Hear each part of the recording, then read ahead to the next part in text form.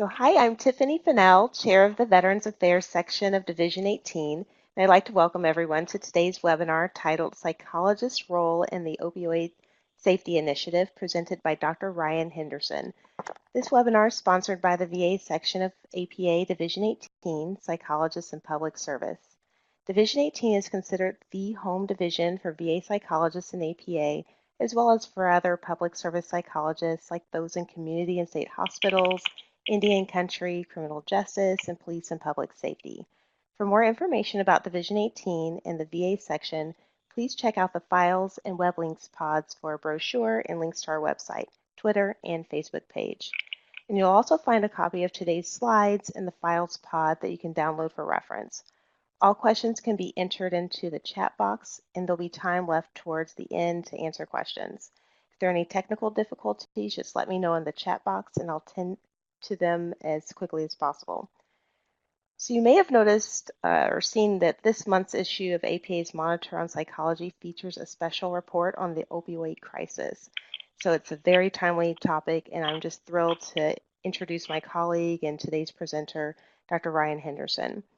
He's a psychologist in the Seattle VA Pain Service and team lead of the Opioid Safety Program, which specializes in providing care to chronic pain patients with co-occurring severe and persistent mental illness and/or substance use disorders. After completing his internship at the Salt Lake City VA, he received his PhD in counseling psychology from the University of Utah in 2010. Dr. Henderson then completed a postdoctoral fellowship at the Seattle VA in the Center of Excellence in Substance Abuse Treatment and Education, otherwise known as CSATE. He subsequently joined the Seattle VA Pain Service in 2012. His research and clinical interests are primarily focused in the areas of assessment and treatment of chronic pain and substance use disorders. So without further ado, I'll turn it over now to Dr. Henderson. Thank you, Dr. Fennell. It's a real pleasure to be here with you guys today and talk about what is probably, as Dr. Fennell highlighted, one of the most pressing medical issues we are facing, not only in our system, but as a nation. And also to really talk about what I think is an underutilized resource, which is psychologists, you folks out there. So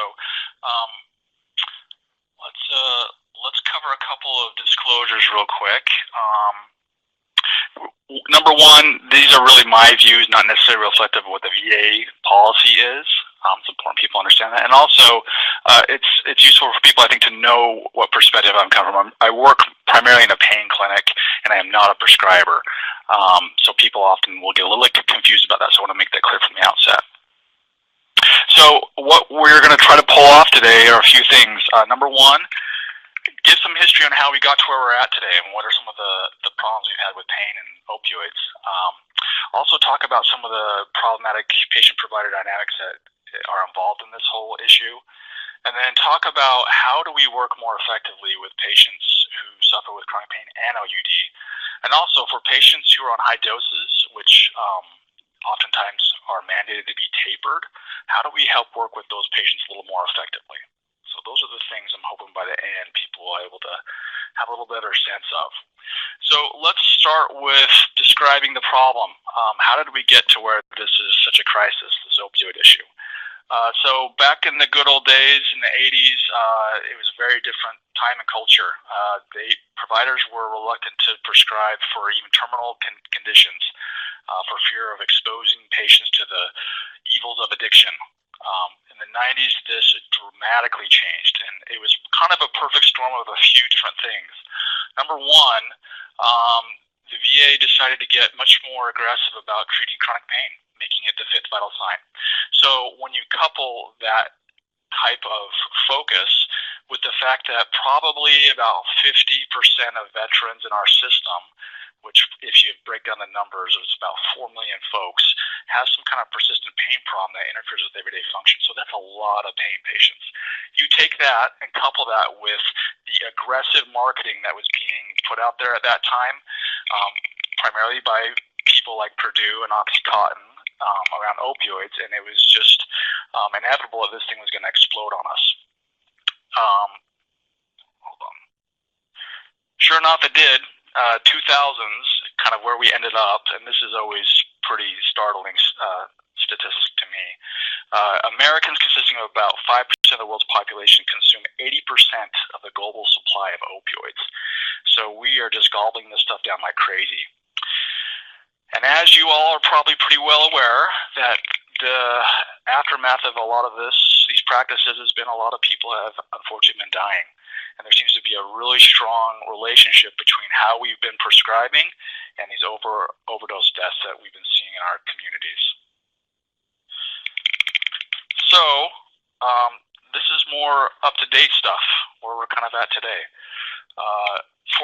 Over 48 million Americans have used illicit drugs or misused prescription drugs in the last year. As you can imagine, some of the fallout from those many people using is 130 Americans die every day from opioid overdose. So we're not talking about small numbers. This is pretty big.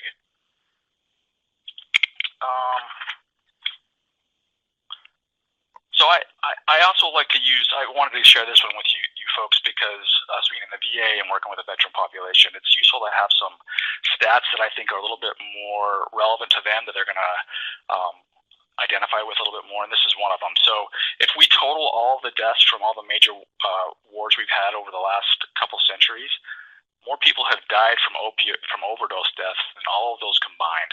And I think that sometimes helps veterans kind of hit this home. So to say the least, this has been a major problem.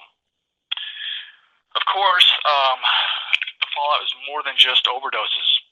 For every one death, there are 10 treatment admissions for abuse, 32 ER visits, 130 people who end up dependent on these or abusing them, and 825 non-medical users, so people who are using them for non-medical reasons.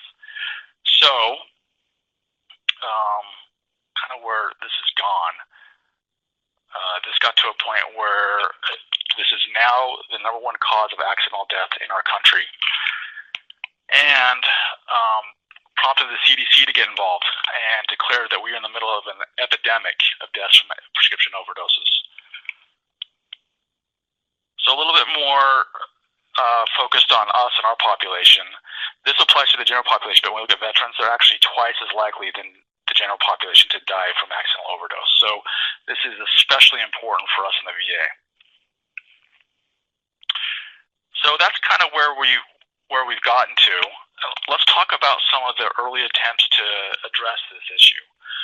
It started out fairly straightforward with, and this makes some sense, with some guidelines. Okay, we need to kind of rein this in and give people some ideas on how to do this a little bit better. So predictably, some of these guidelines would say things like, is what you shouldn't do. Don't give high doses, and especially to folks with a history of addiction, mental health problems, or taking concurrent sedatives or hypnotics. So who would you guess are the folks who end up getting the highest dose of opioids? So this was a study that actually looked at patients with opioid prescribing in relation to mental health. And going from left to right, what we found was if you have a mental health diagnosis, and especially PTSD, you are much more likely to, #1, get an opioid prescription, #2, at the highest dose, for the longest duration, with other opioids on board, being prescribed other risky medications, and engaging in the most risky behaviors surrounding this, early opioid refills. So, and this was not a small study. As you can see, there was over 140,000 veterans in this one. So this was pretty eye-opening. Clearly, it suggested that guidelines alone were not cutting it. So one thing that we've been curious is, what the heck is going on here? How is it that people know these aren't the right people to be on it, but yet they end up on it anyway? This is a pretty interesting question. It's hard to answer completely, but I think part of this lies in some of what we're going to talk about a little bit later, and that is there's this phenomena in pain treatment called the treatment imperative that we often talk about. It's this sense that providers are responsible for addressing people's pain, that it's their job above all else. And so if you have a high desire to help and you don't know what else to do and you want to avoid conflict, well, oftentimes it's much more easier to just write that script and get a patient out the door than it is to actually say no or engage in some kind of process counter to that. So that might be part of what has contributed to this, despite clearly knowing that this is not a good idea for certain populations. So guidelines weren't cutting it. So the VA got a little bit more aggressive with this and launched what's called the Opiate Safety Initiative. This was in 2014, and there's a lot of different aspects of this, but the ones that I chose to highlight today are really the ones on the screen here, which is it's a national mandate to improve pain management and safety around opioids, and doing it through identifying high-risk patients, increasing monitoring, using what we call SIM treatments, creating collaborative programs with mental health and primary care, and then also to taper medically inappropriate high-dose patients. That was one of the central focuses.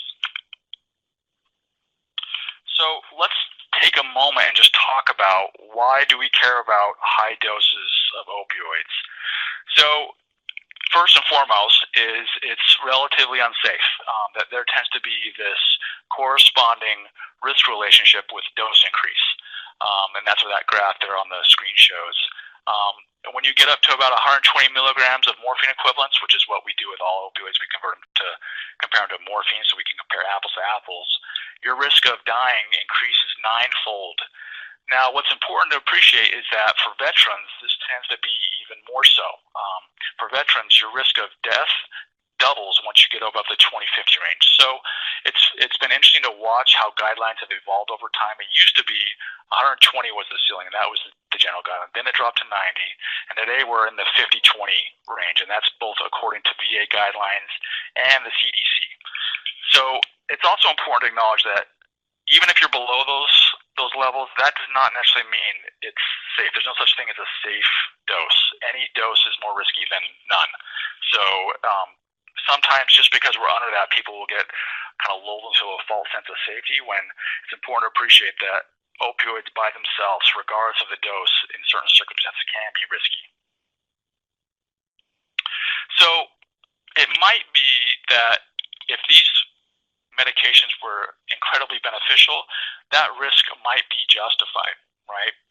But what we find when we look at the literature is that regardless of the dose, opioids just tend to take the edge off. That's about all you can expect. Usually it breaks down to about 30% pain reduction. That's it, that's all. Now this is kind of a setup for patients, in part because of how we talk about opioids in general. We call them painkillers, not pain reducers.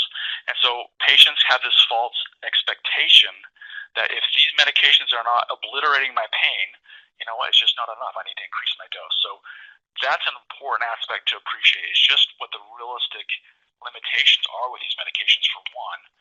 And then also, when we look at patients over the long term, are they doing better despite being on these high doses? Usually that is not the case. We see that long-term use of these medications, they usually are in a great deal of pain still and not functioning well or having a good quality of life. So the question becomes, what the heck are we doing this if it doesn't have good outcomes? And we know it's incredibly risky, right? In addition to that, there's also some speculation about this phenomenon we call opioid-induced hyperalgesia, and it's basically suggesting that there might be even instances where opioids, they're not relieving pain, but actually contributing to pain.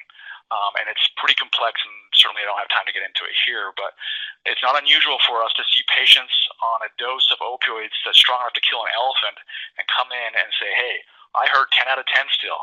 You got to wonder what the heck is going on here and if this isn't part of that process. So the initiative kicks in, and this is a graph that's kind of highlighting where we're at as a nation. This is national data, not VA data, about what we've done with opioids. So the blue line is all opioids in general, and then it's been broken up into high-dose opioids in the yellow line. And what you can see is probably around 2012, we started to turn the tide. That opioids started to come down, and especially for high doses, you can see that's been dropped about in half. So it seems like things are working. We're starting to make this a difference. We're starting to take these high doses down. However, I think something that people were hoping would not occur, but seems to be the case, is that other problems have kind of arisen and taken the place of what we were thinking was just a medication high dose problem. This crisis, it can be thought of in probably three different ways. So the first wave was deaths from just prescription opioids. Wave two, heroin tends to kick in, and you got to wonder, as we take these medications away, are these the things that are just filling the gap? And then wave 3, and people are probably pretty aware of this, it's been all over the news about things like fentanyl, which are incredibly potent, and the number of overdoses we've had from those.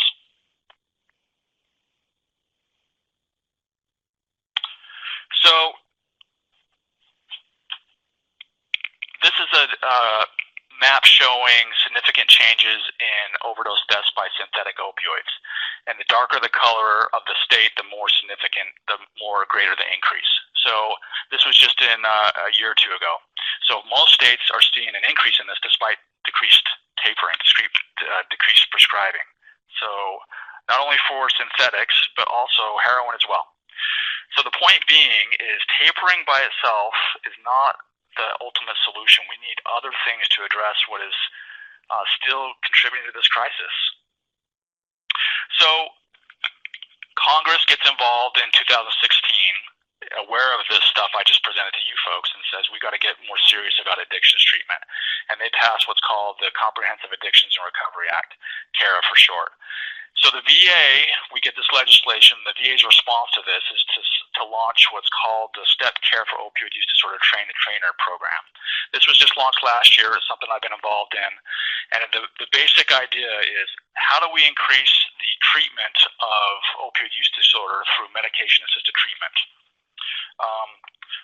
I think a fair question is why medication-assisted treatment? When I say medication-assisted treatment, we mean things like methadone maintenance, buprenorphine, Suboxone, things like that.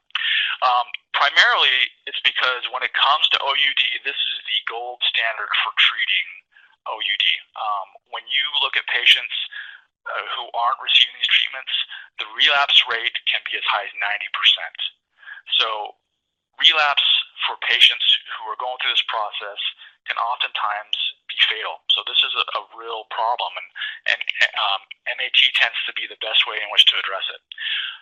So the idea here is to increase the use of MAT, but not just in addictions treatment centers, because we have those and we do those well, but in other venues like pain clinics, primary care, and mental health clinics. In other words, to try to really embrace a step care model like we do in a lot of other settings for this issue. And the step that was missing all along is that middle step, is how do we start to increase the use of these medications for OUD in non-addiction settings. The idea here is we want to bridge the gap between the self-management and SUD specialty, because there's this middle population that probably was being underserved and oftentimes don't get these medications because they're not going to present to an ATC setting. So the primary focus has been how do we get these clinics running and these treatments in primary care, pain clinics, and mental health services. And that's what SCOUT was primarily developed to do. So we're going to talk about OUD in this situation, but we're also going to talk about tapering. I'm going to start with tapering, and then we'll talk about OUD towards the end. So let's talk about this process, because I think within the process of how this typically unfolds, there's some key points that will kind of highlight psychologists' role in this whole thing. So typically, it's in primary care, where most pain care happens. Probably 90-95% of pain care happens in primary care. So this is often where the problems first emerge. And usually what happens is, I should have this in quotes, easy patients get tapered, and it's not that big a deal, right? It's the more difficult patients, ones who are more confrontational and complex, who historically were ignored, quite frankly. Once the Opioid Safety Initiative kicked in, that was not a luxury providers could use anymore. So the backdrop to that is then it was usually a referral to specialty services, either addictions, pain service, or mental health. And quite frankly, this is where the system often broke down. So here's the phenomenon we'd often see. The patient would say, the problem here is that the primary care provider is not giving me the care I need. Primary care would say, this is beyond me, I'm going to send her to the pain service. Pain service would say, what do you mean? This isn't a pain service problem, this is an addictions problem. Addictions would say, what do you mean? This isn't an addictions problem, this patient is suicidal, let's send her to mental health. And they play hot potato with these patients and send them all over the system. The end result being that patients who are arguably at the highest risk and need the most care end up falling through the cracks and end up getting this siloed approach to care that is often invalidating and ineffective. So one of the things that I think is important to address in this is really getting at the gist of what the experience is of these patients. These patients often feel very disenfranchised and rejected by the system, and I think many of those things are valid given what we just talked about a second ago. Also, there's this phenomenon that when patients are really challenging or difficult and don't respond to traditional treatment approaches, there's this overwhelming tendency in the pain field that instead of doubting our ideas about pain, to blame the patient instead. So you couple both this hot potato phenomenon with this tendency to blame the patient, and it starts to make some sense why patients feel so pushed out and rejected by the system. And when we see patients, we do this education series for everyone who comes to our service. And we always ask them, what's your number one complaint about your medical care at this point? And without exception, we almost always hear the following: they don't listen. So given that, what I think is pretty important and what we need to start bringing more with more effort and more focus into the Opiate Safety Initiative is a relationship. Above all else, I'm going to keep coming back to that again and again and again. Because when we have that in place, we have so much of a better shot to pull off what we are trying to pull off. It's, in my opinion, the best odds we're going to have that whatever we need to do with this patient will occur. In addition to that, other things we need to bring clearly is more integrative treatment. So it is not sufficient to say this is just a medication problem. If it were, the tapering that we've seen over the system probably would have solved it, but that clearly has not been the case. We need to think much more complexly about the issue and have corresponding treatments for that complexity. And then helping patients, and I should put in there providers as well, really understanding the biopsychosocial model of pain and trying to work from that perspective. Also, helping patients support their autonomy while also conforming to these opioid guidelines. That's a real challenge. I'm going to talk a little bit about that later on, but we want to move towards safety, but also not lose the patient in the process and do this in kind of a forced or uncompassionate fashion. So, and then the last thing we're going to talk about too around this is the ability to accurately diagnose and treat OUD in pain settings. That is a real challenge and something we're still trying to figure out, and I'm going to explain a little bit why. So before we get into those things, I'm going to briefly just blow through and explain what our program looks like, because it'll help you guys make sense on how psychologists fit into this program, because I do think this needs to be done not in isolation but within a broader net, so to speak, so we can catch these patients. So what we've come up with here is what we call the Opiate Safety Program. And this is a joint venture between the Pain Service, our Addiction Treatment Center, Mental Health, and Primary Care. And we really have two main goals in this program. It's one, to achieve the objectives of the Opiate Safety Initiative. And what that means is providing comprehensive treatment to these patients who are going through a taper process. And then also meet the goals of the CARE Act and the SCOUT program, which is to increase the use of medication-assisted therapy for patients who have OUD. Regardless of where they present, the kind of no wrong door approach.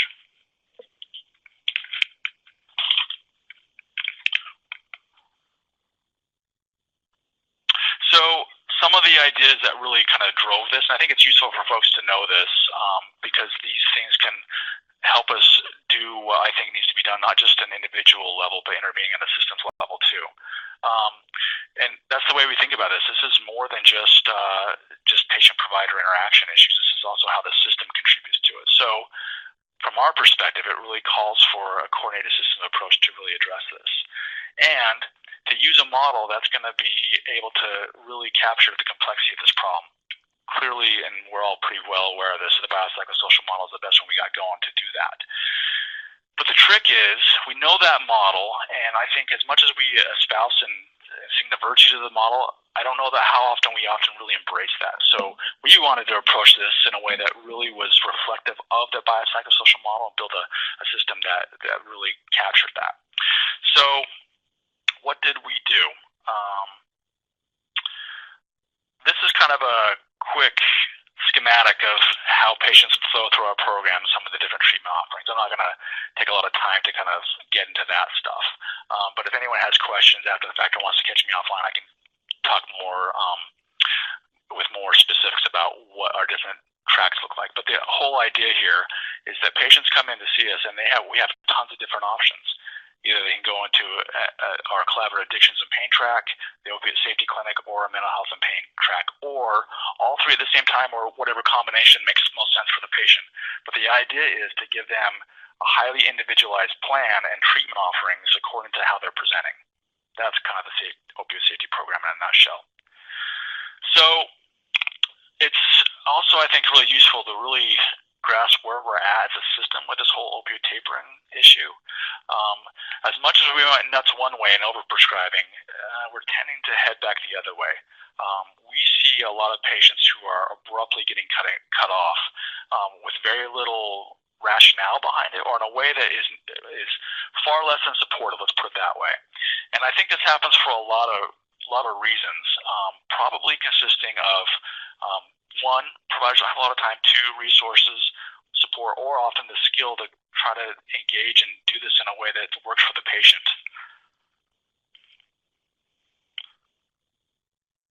So here's the other part too that I think is often missed around this whole tapering issue. The problem is rarely knowing the formula for strategically reducing the dose. We do e-consults all the time through our service, and that will give providers an algorithm for how to take patients down, and this much by this date, and blah blah blah. That rarely solves the problem, because if it were just that, they just follow the script, and we'd never have to see patients again. But usually, what really is the difficulty around this, it's not that piece. It's really managing the interpersonal process surrounding opioid tapers, and I think this is where psychology has the biggest thing to offer that is missing in this whole process to this point.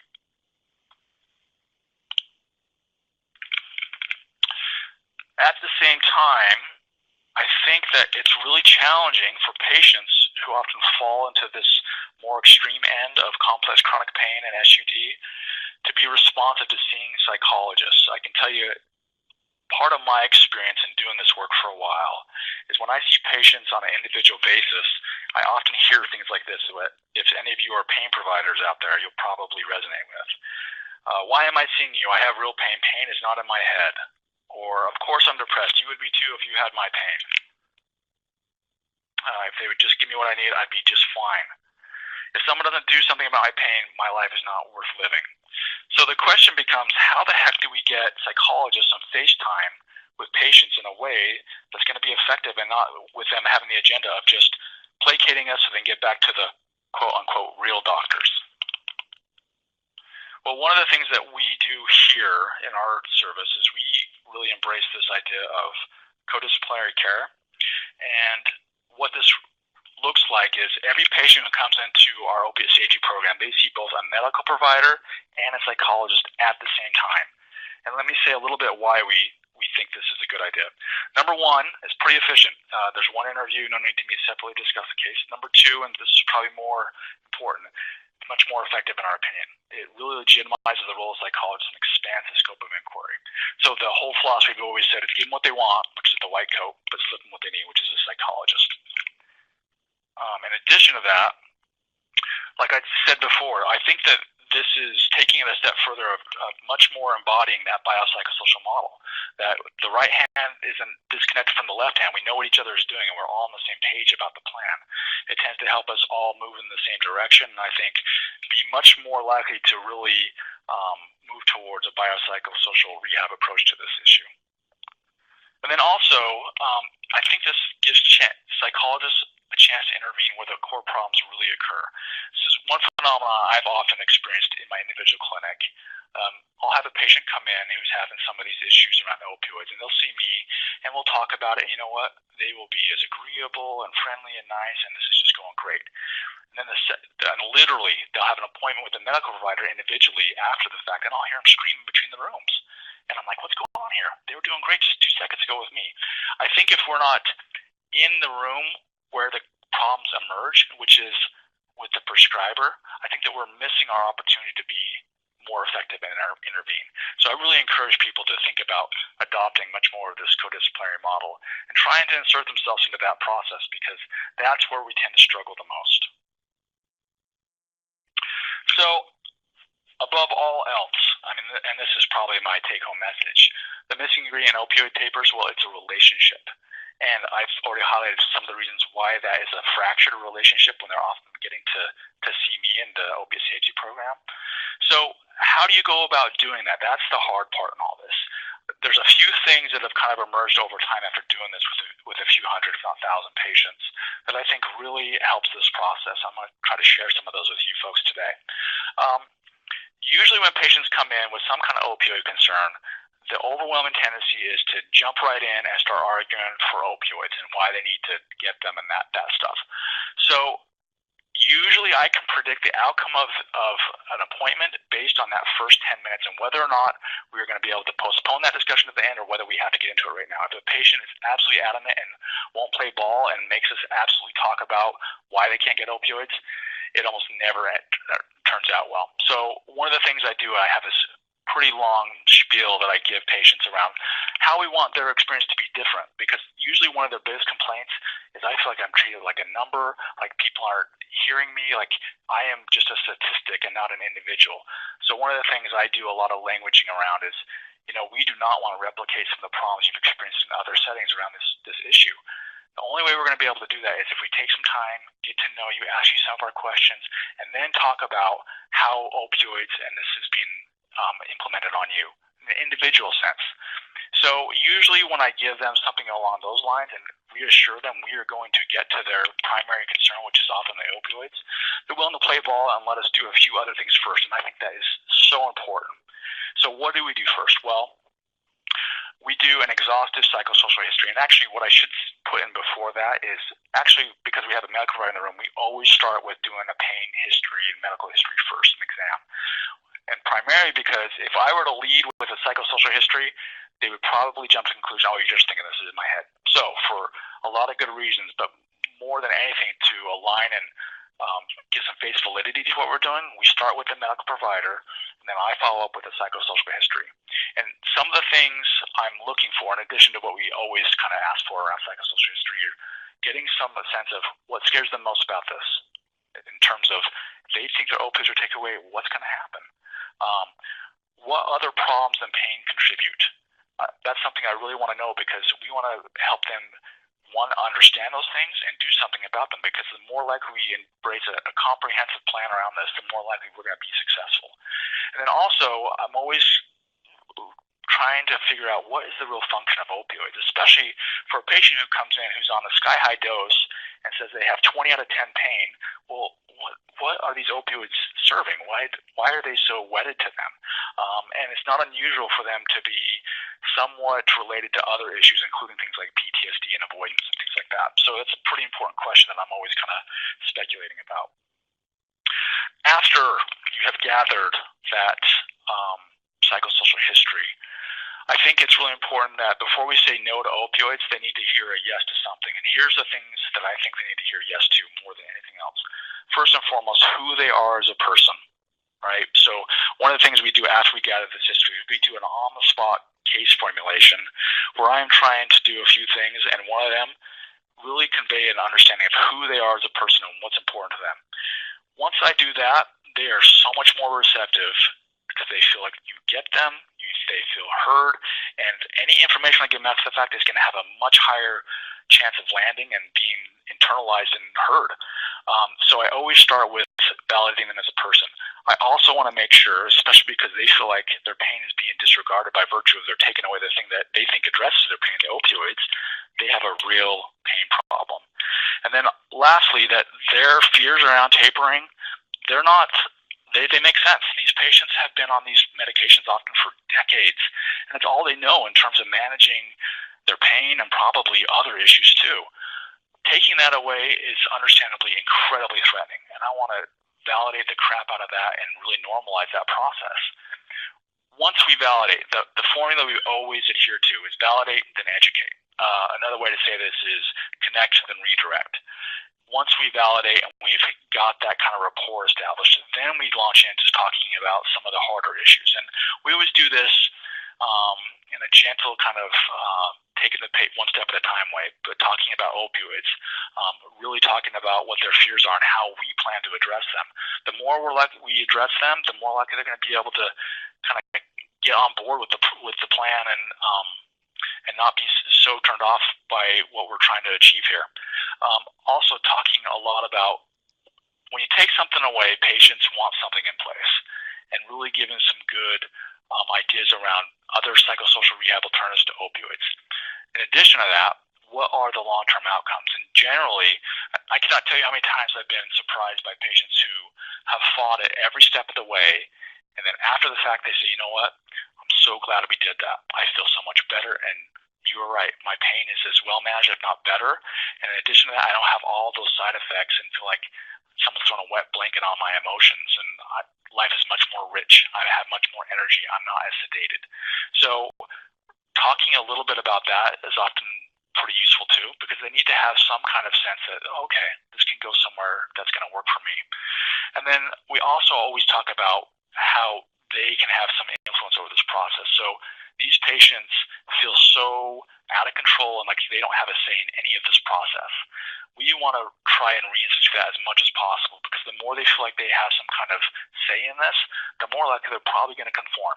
And one of those things is the more you can comply with some of the ideas that are important, some of those things being like taking the mass prescribed, giving us regular UDOSs, things like that, or doing other things we agree about as a team, the more we'll be able to really take the slow and avoid any kind of huge problems, because your body will adapt like it did adapt to the high doses as we come down. So a couple other things that are, I think, pretty useful in how to make this work for folks. Early on in our program, we noticed a great deal of conflict and disagreement and confusion about what we were working with. And oftentimes this would boil down to arguments amongst different disciplines about, is this a pain or is this an addiction problem?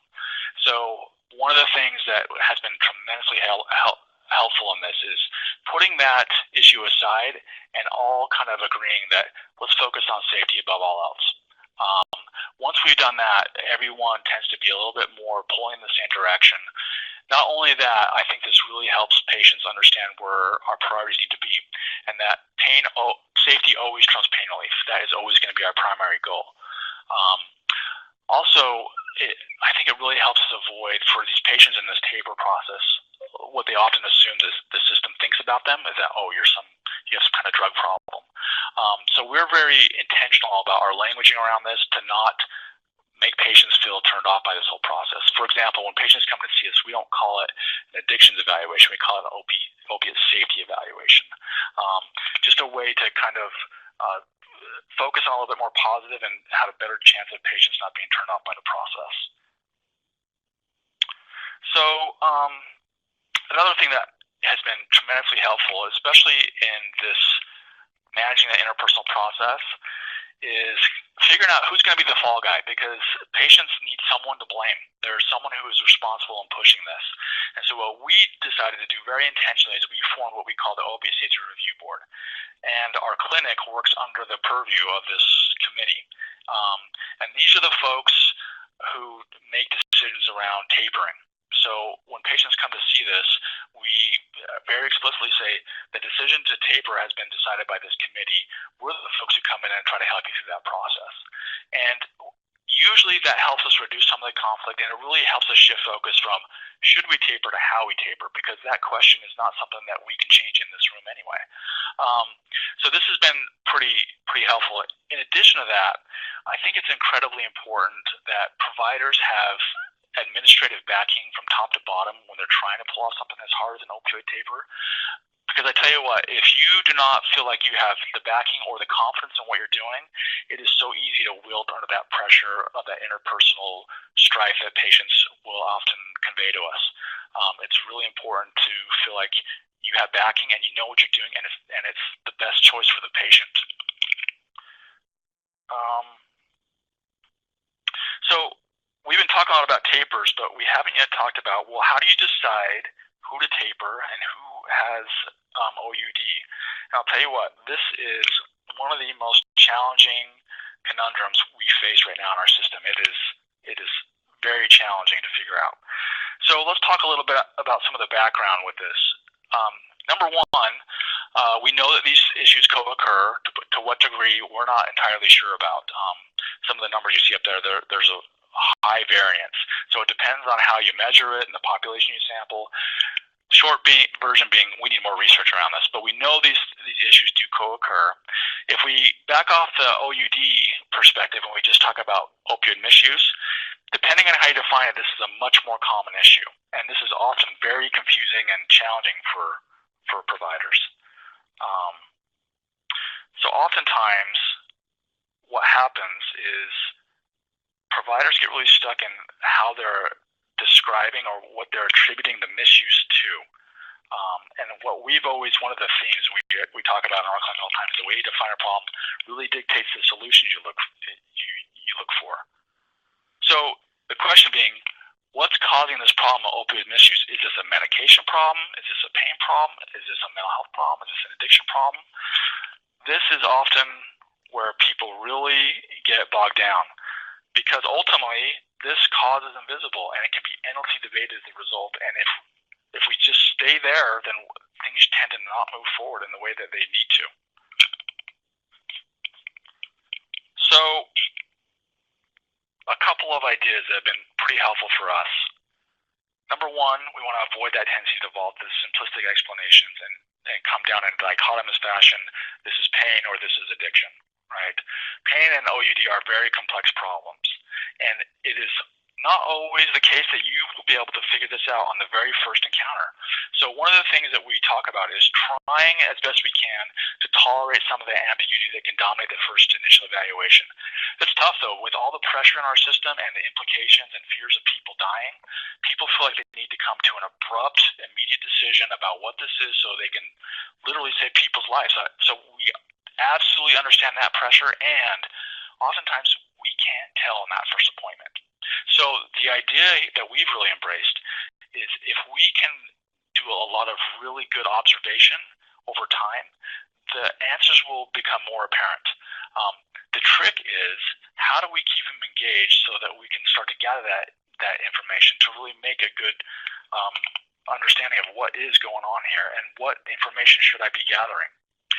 So this is among one of the biggest conundrums we have in a pain setting, is this underreporting of symptoms. So in our program, we have this packet that patients fill out of assessments that they fill out before they come in to see us. And I'm going to overstate it here, but by and large, so far we've never had a patient who's depressed, anxious, or ever misused their opioids, according to these measures. And so we know that is clearly not the case. But from the patient's perspective, it makes sense. You're coming into a system knowing that your medications are being threatened. They are highly reluctant to endorse anything that they feel can be used to further the argument to take them away. So, in general, the tendency is to grossly underreport any of those kind of issues. So that makes assessing things in general, and including OUD, incredibly challenging. So one of the things I really encourage folks to do is to rely on much more than patient self-report. So doing thorough chart reviews, consulting with past providers, using prescription monitoring programs, getting urine samples, looking for prescription patterns, and also talking to family and friends. Sometimes when you get that breadth of information, things become a lot more clear. So I think part of this is, why do patients present so differently according to different treatment settings? Because one thing that we've kind of learned through this program is it tends to be a little bit more straightforward in diagnosing and assessing OUD in an addiction setting versus a pain clinic setting. And I think there's some obvious reasons why. Number one, if you were coming to a pain clinic, you probably identify with pain. Now, if you're there around opioids, how are you going to get opioids? You're not going to get it by endorsing a bunch of psychosocial issues or OUD symptoms. The way you're going to get it, and this is often the argument that patients lead with and really adhere to, pain is my only problem, and opioids are the only solution. In other words, if that's what they believe is going to get them the opioids, they're incentivized to downplay everything else. Versus if someone is coming into an addictions treatment center, like we have in our program up here, clearly they're probably identifying that something is going on with this OUD stuff. In that instance, they get opioids by endorsing these symptoms, not by underplaying them. And they're much more likely to endorse psychosocial problems in addition to that. So assessment probably needs, we've often leaned on our addictions folks for kind of figuring out how we assess this. And what's really emerged from this is, we probably ought to come at this a little bit differently than you would traditionally in that setting. So this is overstated because there are certainly exceptions to this, but oftentimes the tendency is for patients who are coming into a pain clinic who have OUD, but probably more likely to be in the pre-contemplative stage. So if you think about the stages of change from Prochaska, versus they probably are more in that category versus if they're showing up for an addictions treatment center. In that setting, they're much more likely to be a little bit further on the process by virtue of they're going to an addictions treatment center. It's pretty clear what they're heading there for. They're probably much more open to that treatment approach. So given our patients are coming in probably pre-contemplative in a pain setting, what are the things we need to try to do? Well, I keep coming back to this. It comes back to relationship. So rule number one, never argue. The moment you start pushing for an admission of OUD is almost a guarantee that they will argue against it. And we know this about the MI literature and self-perception theory, that the more patients argue for something, the more they tend to believe it. And we do not want to take one side or have them take the other, because that will probably entrench them in the thinking that needs to be shifted a bit. Also, always trying to emphasize patient autonomy and choice. The more we make them feel empowered, like they have some influence, like they have some say, the much more likely they are to engage. They want to have a voice in this process too, and we do everything we can to help them move towards that. Oftentimes when I'm talking with either providers or with patients, I'll use the analogy of you're the pilot and we're the navigators, right? You get to fly wherever you want, and we may give you some ideas, go left, go right, dodge down mountain, whatever, but you get to choose where we go with this ultimately. And then to just hammer this metaphor to death, the Opioid Safety Review Board is air traffic control. They're the ones that kind of put out the regulations and stuff. So another idea that tends to help us early on this process when patients are pre-contemplative, it tends to be much more effective to focus on the problematic behavior rather than debating the motive behind it. In other words, if you want a recipe to elicit conflict in your sessions, suggest a motive that is contrary to what the patient is suggesting. They say it's the pain issue, and you say an addiction, you're stuck.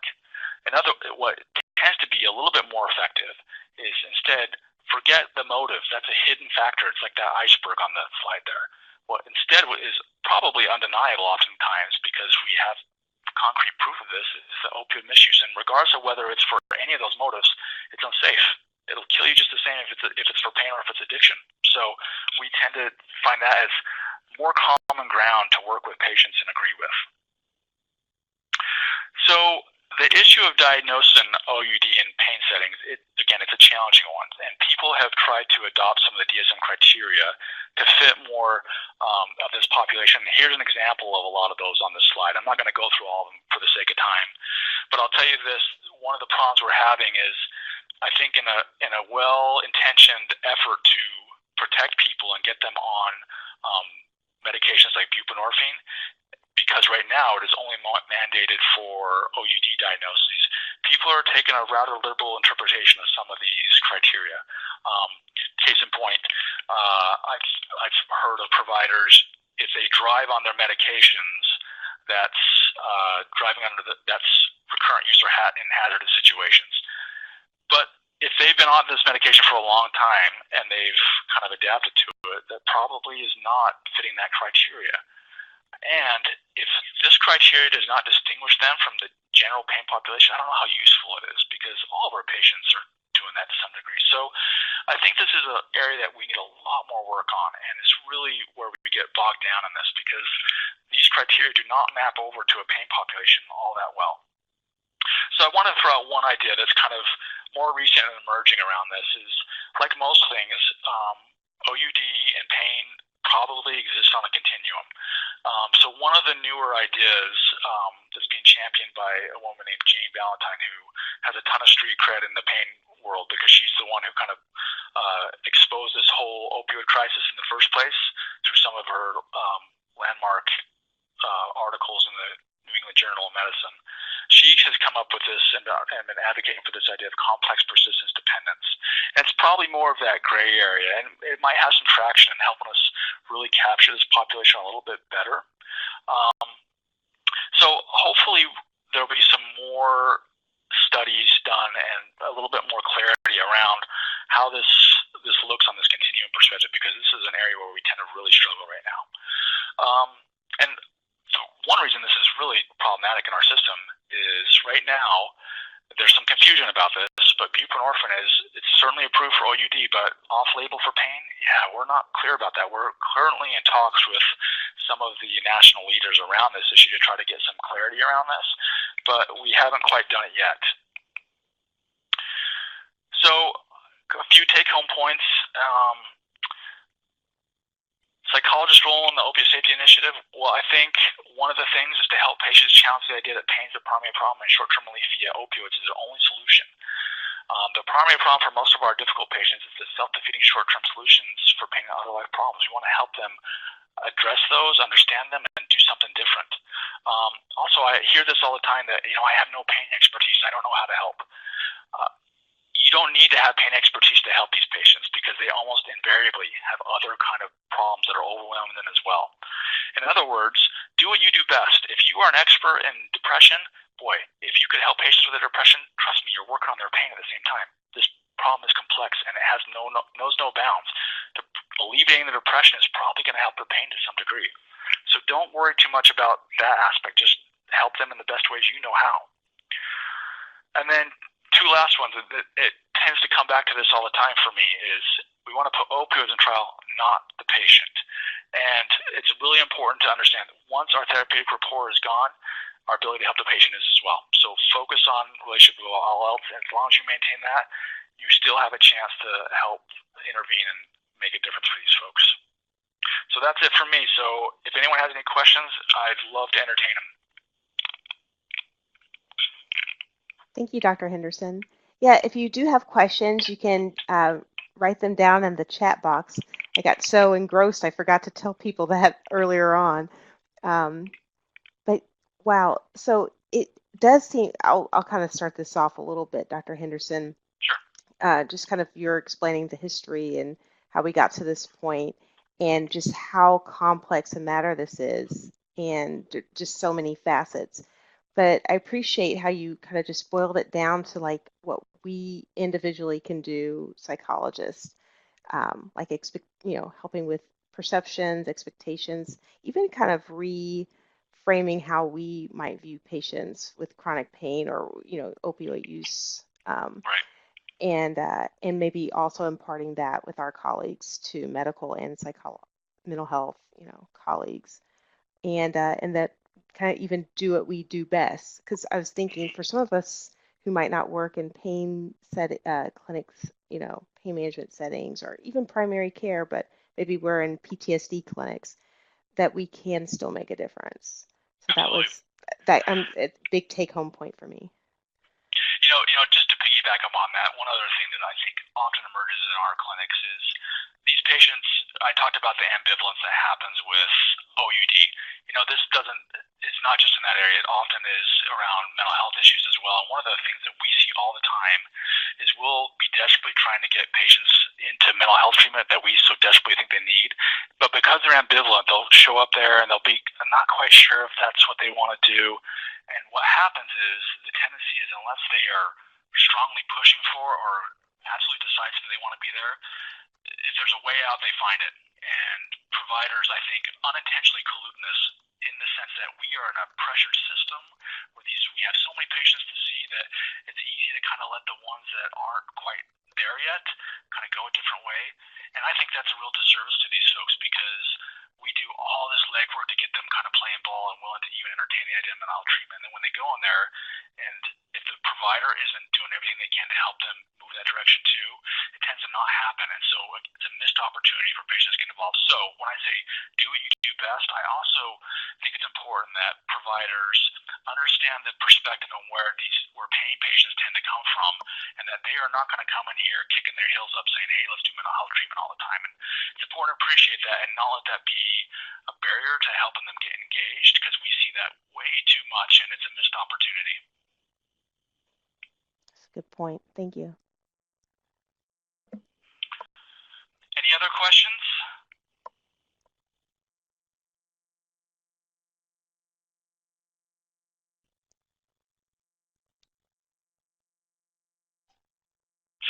Well, I'll say this in closing then. I am more than happy to consult with anyone. I think we are far from having this all figured out, and I think there are lots of places that are doing lots of great work around this. So anyone who's out there who has interest or is curious about this, let me pop this up. Here is my contact info. You can just shoot me an email. More than happy to consult with anyone, brainstorm, talk about different ideas that we talked about today. Really, it's a benefit to me as well when we engage in that. A lot of the ideas about our program have really emerged from just a discussion process with other colleagues. So feel free to reach out if that makes some sense to you. Well, thank you, Dr. Henderson. Really appreciate your being here today and speaking on this really important topic. I'll just wrap some things up with some, I guess, logistical things. Just to remind people that this webinar is available for continuing education. So if you're interested in claiming CE, please be sure to complete the program evaluation. I put the link right there in the chat box so you can get to it quickly after today's webinar concludes. And then for Division 18 members, of course, CE is free. If you're not a Division 18 member but still want to claim CE, you can do so by paying a $15 fee, and the PayPal link is in the notes pod for you too, in addition to completing the program evaluation. And I'll also email instructions about all of this to everyone who registered too. And we'll be taking a 2-month pause from webinars this summer, but we'll pick up again on August 1st with a webinar on updates from the VA Psychology Training Multicultural Diversity Committee presented by Drs. Jessica Fulton, Joseph Feynman, Darlene Davis, Jessica Jackson, and Jessica Chin. And a flyer with more details about this webinar is available for download in the files pod. So again, appreciate your time, Dr. Henderson. Thanks everybody for joining us today, and have a great summer.